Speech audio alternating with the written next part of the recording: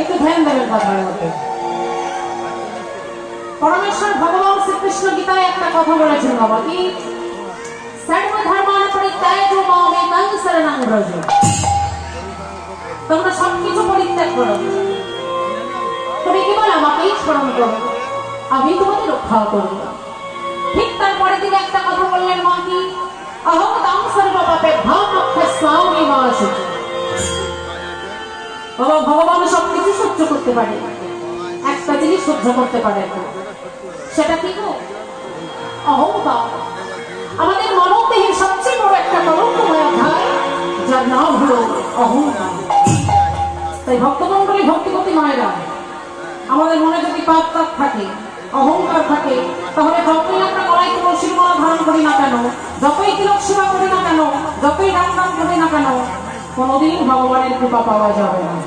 হরি বল। তাই দেখবেন যখন এমন সুন্দর একটা হরিবাসনের আয়োজন করা হয়, গ্রামের যে সমস্ত দাদা ভাইরা থাকেন বা আমার বাবারা থাকেন, কি করে মা বিভিন্ন গ্রামে দাঁড়িয়ে দাঁড়িয়ে খাওয়া করে নিয়ে এসে তবে তারাই হরিবাসনের আয়োজন করে। কেন মা? একটু ধ্যান দেবেন কি কথাগুলো বলছি। এখন ভগবান মানুষের আর্থিক ক্ষমতা দিয়েছে, আপনি মনে করলে এক একটা কীর্তনে আপনি নিয়ে আসতে পারেন, আপনি আপনার সে ক্ষমতা ভগবান দিয়েছে। কি বাবা, তাই তো? আপনার সে ক্ষমতা আছে। তাও যখন এমন সুন্দর হরিবাসনের আয়োজন করা হয়, তখন কি করা হয়?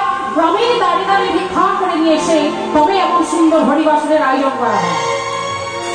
কেন? তা কি বলছে?